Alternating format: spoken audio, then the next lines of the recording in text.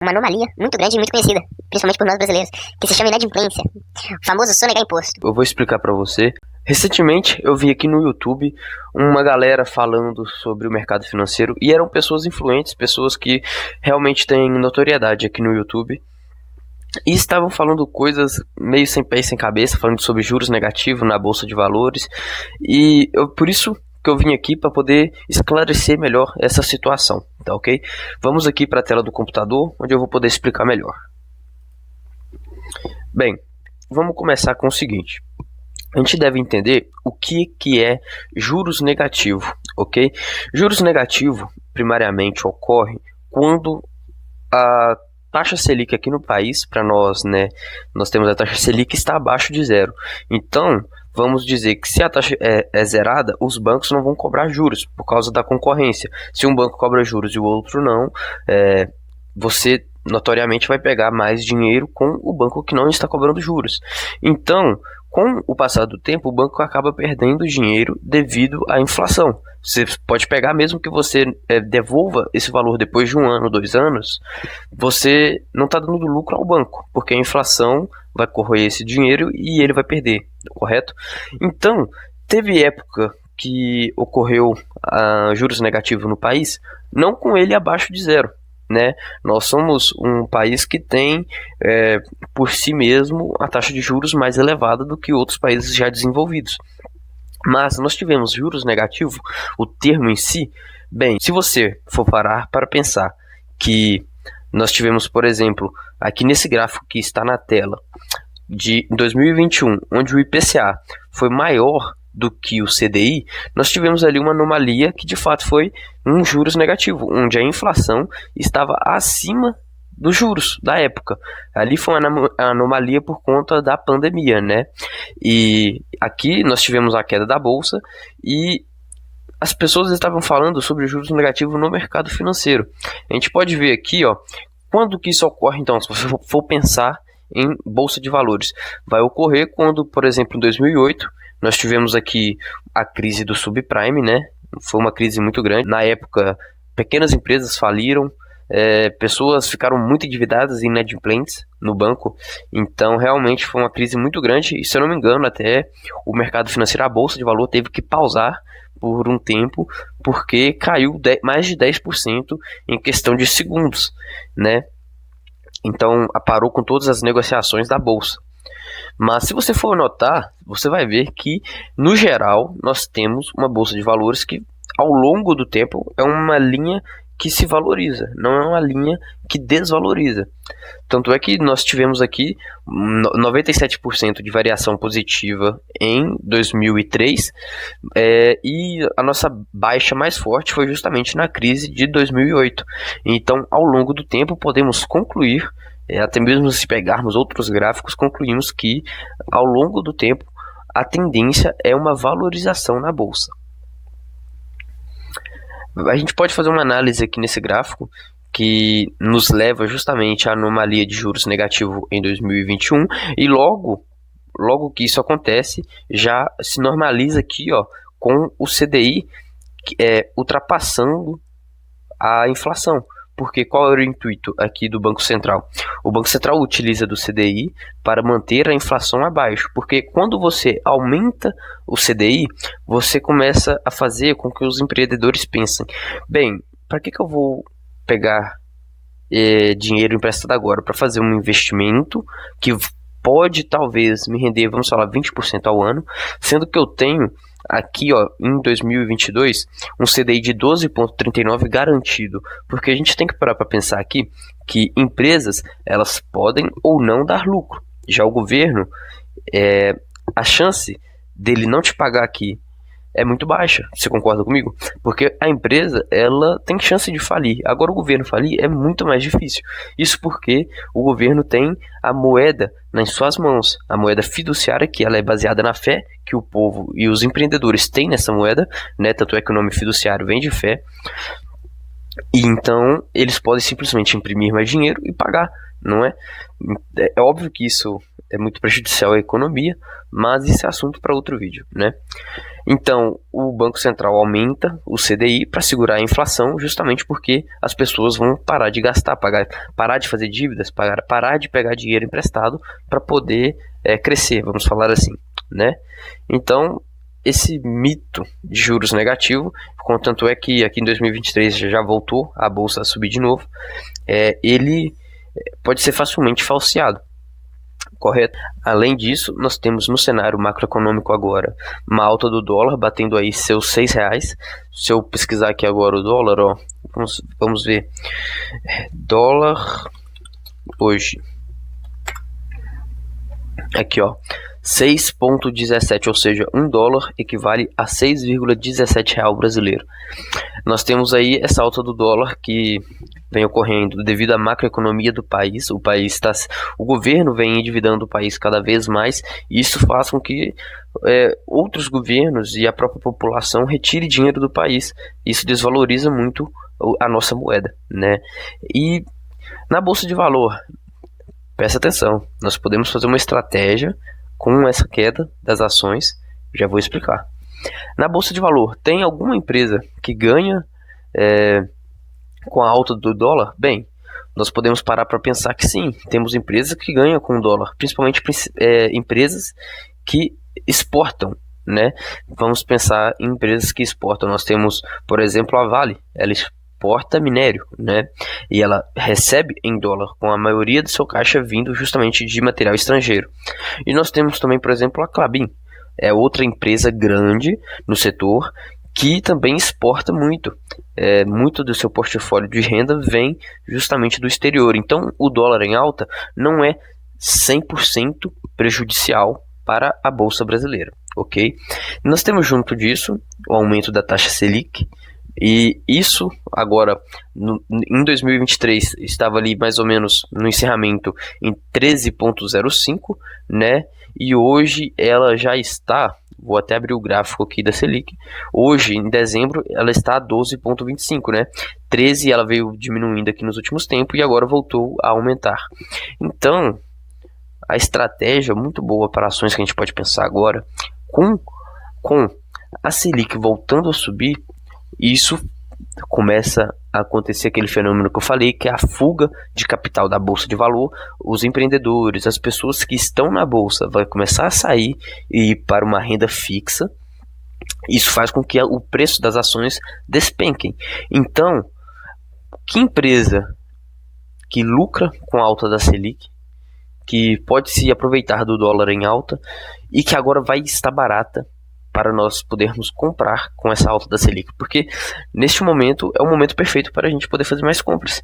É o momento que a manada foge da bolsa e nós que somos buy and holders, nós pensamos, usamos a nossa cabeça para poder entrar no momento certo, ok? Nós queremos entrar aqui, ó, menos 11% de variação, menos 15,5%. É aqui que nós entramos, que nós vamos ter lucros maiores no futuro.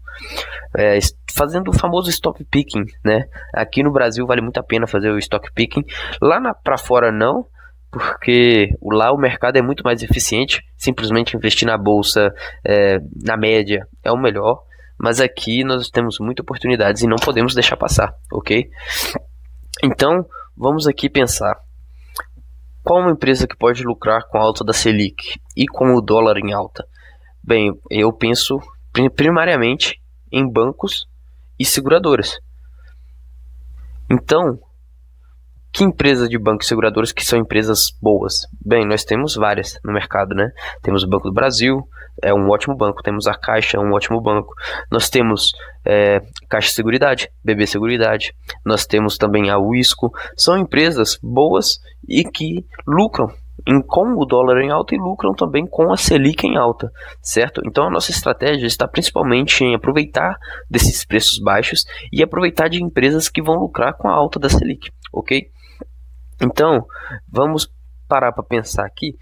Nesses dois setores que eu consigo pensar no momento, eu prefiro o banco. Os bancos aqui no nosso país são empresas megamente que consegue lucrar muito, porque os juros são justamente abusivos, são juros muito altos, né? E sobre isso, eu tenho um banco de preferência que é o Banco do Brasil. Ele sempre está abaixo do seu valor patrimonial na maioria das vezes, principalmente porque é um banco estatal, vamos assim dizer, né? Ele tem o risco do Estado sempre estar metendo a mão ali, e a gente não confia no governo. Eu não confio no governo, não deveria confiar. O governo nunca pode estar a controle de nossas posses, né? Então, com a taxa da Selic alta, a gente pode nos aproveitar usando o Banco do Brasil, por exemplo. Sobre isso, eu queria trazer aqui justamente um gráfico que se chama o gráfico de Laffer, a curva de Laffer, né? E eu queria desenhar aqui para poder explicar uma coisa para vocês. Vou desenhar aqui como que esse gráfico funciona para nós podermos nos aproveitar deste momento, ok? É interessante a gente entender isso para poder futuramente pensar de maneira própria. Eu quero explicar para vocês como vocês devem pensar. Eu não quero falar comprem alguma coisa, não. Estou querendo criar uma mente de empreendedor, uma mente de investidor em vocês, ok? Então, vamos colocar aqui que é o 0. Eu vou explicar para vocês agora como que funciona. Continuar com esse vídeo, gostaria de pedir a você que deixe o like aí, comente aqui embaixo o que você está achando da minha didática, ok? Comente, curta, compartilhe com quem se puder, meu primeiro vídeo no canal. Espero que estejam gostando, vou fazer mais, mas eu gostaria realmente de saber a opinião de vocês, o que é que eu preciso melhorar, o que é que já está bom. Se tiver alguma coisa ruim, falem também. E é isso aí, muito obrigado. Governo quanto empresas, vamos dizer que é juros ou imposto, tanto faz. E aqui nós temos a taxa de lucro, seja de uma empresa ou de governo, né?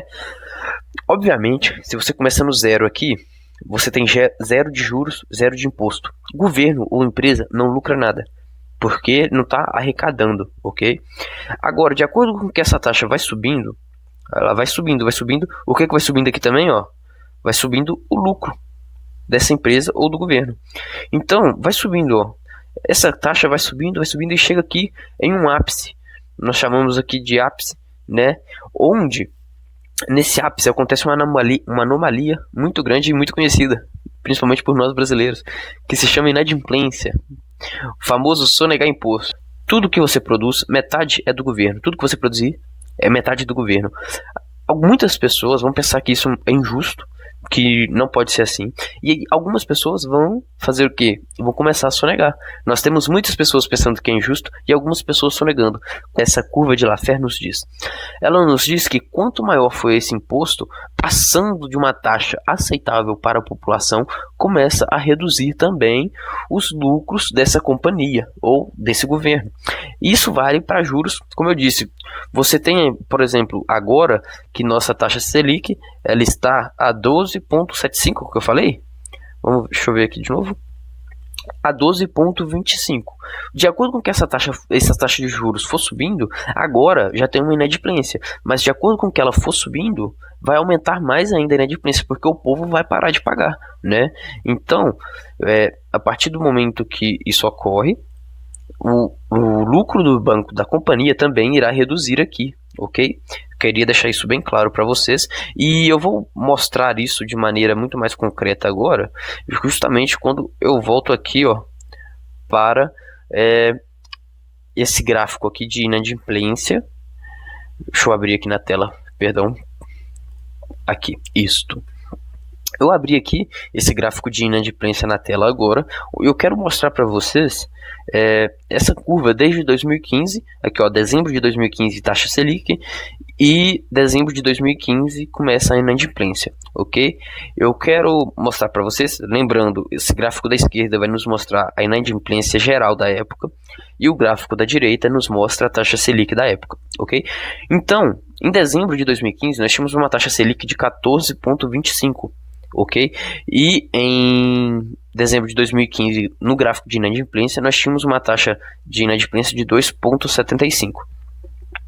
Galera, eu quero deixar aqui bem claro para vocês que a inadimplência não é um fenômeno que ocorre num estalo de um mês para o outro. Isso ocorre aos poucos. De acordo com que vai passando os meses, passando os dias, as pessoas começam a se endividar e não dão conta de pagar essa dívida, porque o dinheiro vai acabando, né? Vai apertando mais o cerco. Então as pessoas começam a dever. Então, com a taxa Selic alta a 14,25, a taxa de inadimplência vai subindo com o passar do tempo também, até chegar em 4%.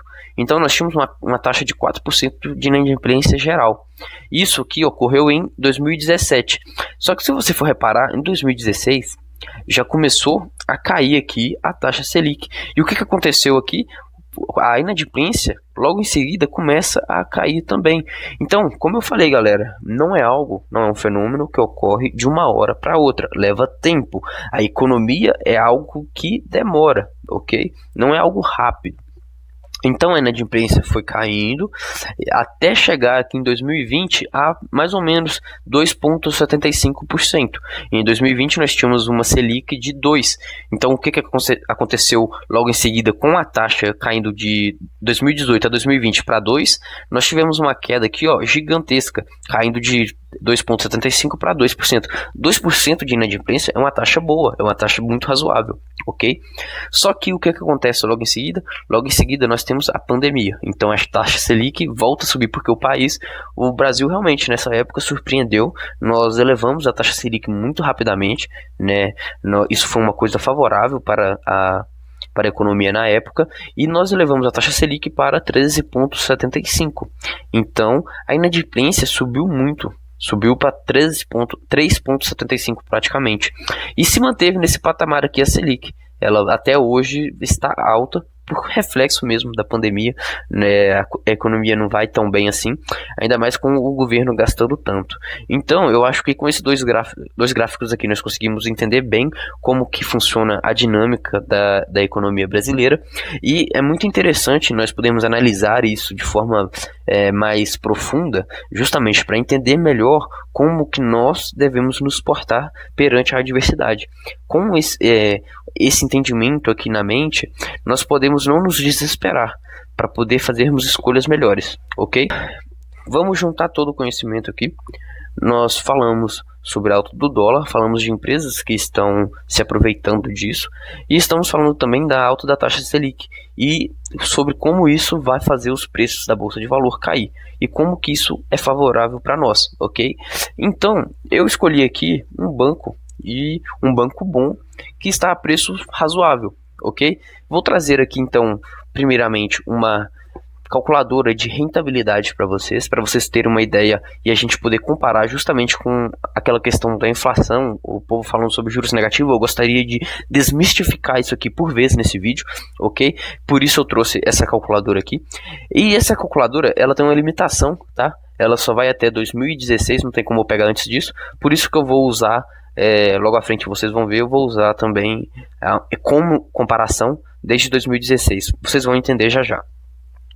Então, nessa dinâmica que eu vou fazer aqui, o investimento inicial no Banco do Brasil será de R$1.000, ok?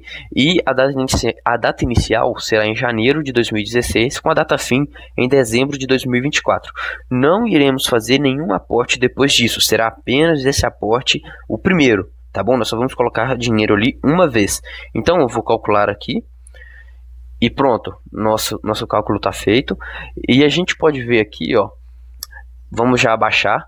Podemos ver aqui bastante efeito já de realmente oscilações de seus preços, ok? Toda essa oscilação que é devido a coisas da economia mesmo. É normal o preço oscilar, pessoas compram e vendem. E podemos notar que ao longo do tempo, nosso patrimônio veio, como eu sempre disse, desde o início, veio em uma reta de alta, ok? Então, a gente começa com R$1.000 e terminamos com R$6.099, certo? Um custo de aquisição primário 996, não tinha como ser R$1.000 redondo, ok? Por causa do preço da ação. Então, nós tivemos de dividendos 2.193, não só dividendos, né? Aqui também entra o JCP, entra bonificações, então assim, de proventos geral acumulado R$2.193. Então nós tivemos um retorno total, contando com proventos e oscilação de preço, R$5.102. Então nós tivemos um aumento de 512,06% em nosso patrimônio, contando tudo, ok? Se eu pegar esse mesmo cálculo, a mesma data, e colocar aqui na nossa calculadora do Banco Central, eu vou calcular aqui agora a inflação, ok? Pelo IPCA, para justamente desmistificar esse bafafá que está rolando aí sobre juros negativos na Bolsa de Valor, ok? Então, vamos começar aqui, ó, primeiro de 2016, ok? Então, mês 1, 2016, a data final, vamos colocar 6 de 2024, ok? Não tem como eu colocar dezembro de 2024, porque ainda não fechou o ano, não saiu, vou tentar com 9, na verdade, porque não saiu o IPCA de dezembro, ok? É de 3 em 3 meses. Então eu vou colocar aqui o mês 9 de 2024 e os mesmos R$ 1.000, ok? Então, sem tirar nem pôr, tudo igual. Vamos corrigir o valor. Pronto, saiu aqui, ó. Data inicial, 1º de 2016, mesma coisa aqui, ok? Ó, janeiro de 2016. Com o final em 9 de 2024. Agora, os mesmos R$ 1.000. Então, se você tivesse deixado esse dinheiro parado, esses R$ 1.000 parado desde 2016, hoje você estaria perdendo R$ 557, certo? R$ 557, porque nós tivemos ali uma inflação de 55,72%, certo? Então, assim, você vai comparar 55,72 com justamente 512, né? Fica até injusta a comparação. Principalmente se for parar para pensar que é o Banco do Brasil, um banco que traz retornos extraordinários, ok? Então, realmente não tem o porquê ficar com medo sobre juros negativos. O Brasil é um ótimo lugar para se investir. Nós temos ali uma insegurança jurídica, mas são empresas muito confiáveis, né? Empresas que nos trazem retorno muito bom. E eu queria lembrar vocês que nada disso, né, é uma indicação de investimento. Eu não posso e não devo indicar isso a vocês, tá ok? Eu quero ensinar vocês realmente a pensar. Por isso que o vídeo vai ficar até um pouco maior, né? Agora eu vou abrir com vocês o Investidor 10 e eu quero justamente fazer uma análise do Banco do Brasil aqui com vocês, ok? Eu quero ver como que tá o preço do Banco do Brasil, se está na hora de comprar, se não está na hora de comprar, o que eu, Ricardo, estou achando disso. E para fazer a análise do Banco do Brasil, eu vou utilizar aqui a minha planilha pessoal. Eu fiz essa planilha aqui justamente para poder me ajudar a escolher bons investimentos, ok? Mas gostaria de lembrar vocês que nada disso aqui é uma indicação de investimento, não posso indicar isso a vocês de forma alguma. Eu quero ensinar vocês realmente a pensar como investidores, certo?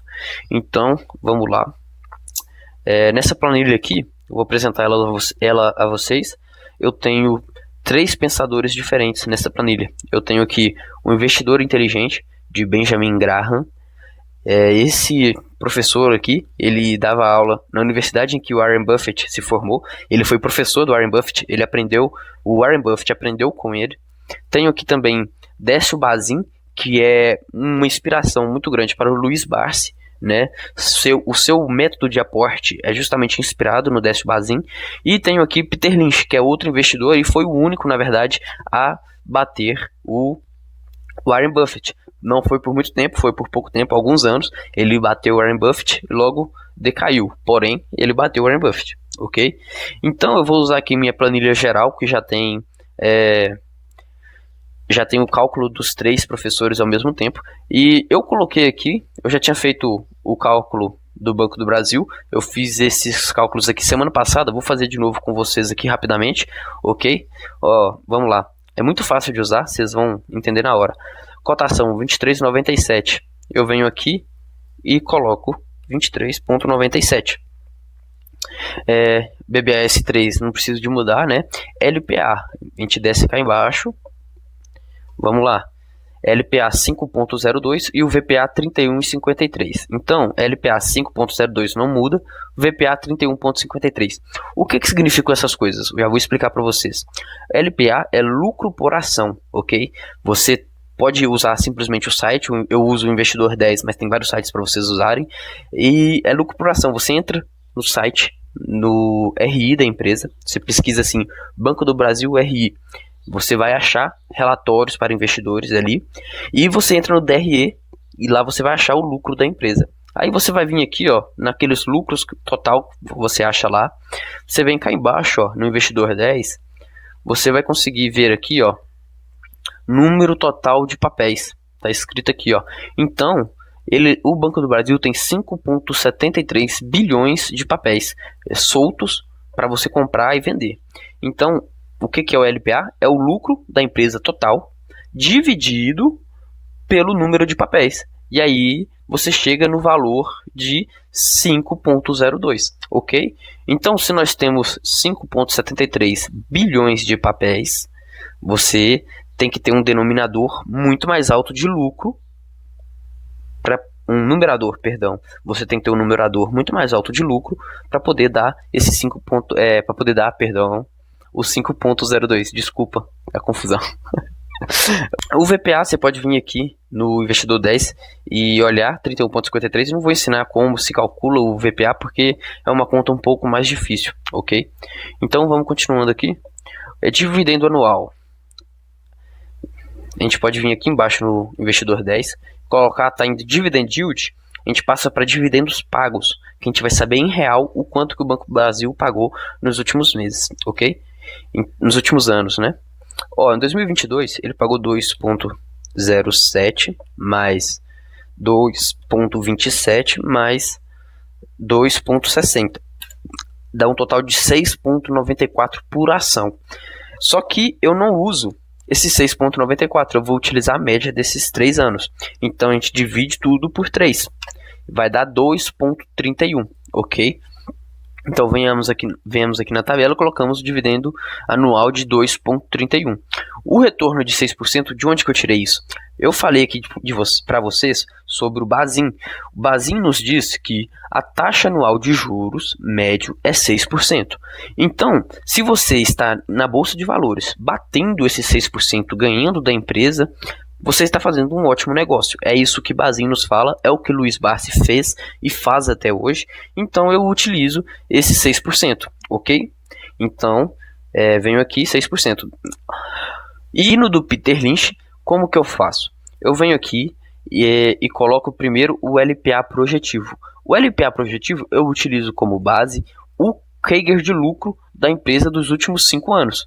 Então, aqui em cima no investidor 10, ó, a gente vem aqui, a gente vai conseguir ver a média do CAGR de lucro do Banco do Brasil nos últimos anos. Se você for ver, ó, nos últimos tempos, vem entregando ótimos CAGR de lucro. Mas eu vou usar aqui mais ou menos a média do último ano, porque eu não acredito que vai continuar subindo tanto, esses mesmos 22%, ok? Então, a média é 8,27%. Vou utilizar essa média de 8,27, certo? Perdão ficar trocando o diabo desse jeito. Eu cliquei sem ler, né? Então vou aqui, ó, LPA 8,27%, ok? Mas vale lembrar, galera, ó, que o Banco do Brasil passou por épocas muito difíceis, na época aqui da Dilma, e isso vem puxando para baixo a nossa média, certo? Nos últimos anos vem entregando realmente resultados extraordinários, ok? Então, utilizar uma média de 8,27 para o Banco do Brasil está sendo injusto. Gostaria de lembrar isso. Vamos continuar. Dividend Yield, nos últimos tempos, a gente pode vir aqui, ó, Dividend Yield BBAS 3, vamos clicar aqui e podemos ver, ó, que o Banco do Brasil, ele pagou por muito tempo poucos dividendos, abaixo de 6%, então aqui a gente já sabe que o Bazin não estaria comprando essa empresa, ok? Então, nos últimos tempos, ó, 11%, 8%, 10%, eu vou utilizar esses 8% aqui na nossa conta, ok? Então, Dividend Yield, 8%. E o PL é preço sobre lucro. É o seguinte, o PL a gente pega aqui no investidor 10 mesmo. Eu utilizo o próprio investidor 10 para fazer esse cálculo de 4,78 nos últimos anos. Estava até mais abaixo que isso aqui em 2022. Então, 4,78. Vem aqui, 4,78. Então, ó, galera, vamos fazer agora uma recapitulação total, né, de como trabalho aqui com essa tabela. Coloquei todos os valores, só mexo no que está em branco, ok? O resto já está feito, não preciso de mexer nada. Vamos ver aqui primeiro, o Graham nos diz que esta empresa que está valendo 23,97 por cota, era para estar valendo 59,68 reais, né? Nós temos um spread aí, então, de R$ 35,71, o que equivale a uma margem de segurança de 59%. Ou seja, de acordo com o Graham, o professor do Warren Buffett, esta empresa, que é o Banco do Brasil, está muito barata. Vamos para o próximo professor aqui, que é o Bazin, né? No Bazin, galera, ele aceitaria pagar até 38,50. Por quê? Porque é métodos de aporte diferente. Queria deixar isso bem claro aqui para vocês. O Graham, ele trabalha com Value Invest, ele trabalha com empresas que estão baratas para poder crescer essa empresa. Ele olha uma empresa boa, barata, acreditando no potencial, na potencial valorização desta empresa. Já